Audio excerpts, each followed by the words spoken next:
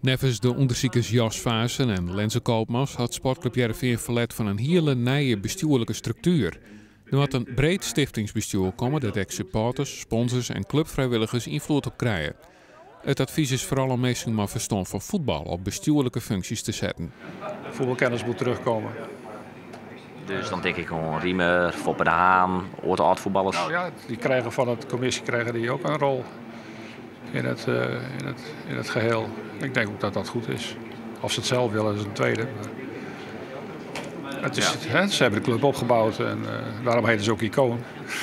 Oud-voorzitter Riemer van der Velde wil nog geen commentaar aan. Foppe de Haan lid weet het liefst jonge mensen in het nieuwe stichtingsbestuur te hebben.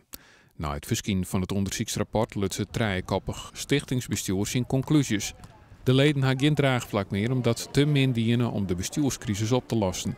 Het is beter voor de organisatie en als een totaal nieuwe organisatie wordt met een nieuwe structuur en wij kunnen er op die manier aan meewerken, dan zullen we dat uiteraard honoreren. Zowel het oude stichtingsbestuur als de jedererie van commissarissen worden belutsen bij het opzetten van een nieuwe bestuursstructuur bij de sportclub.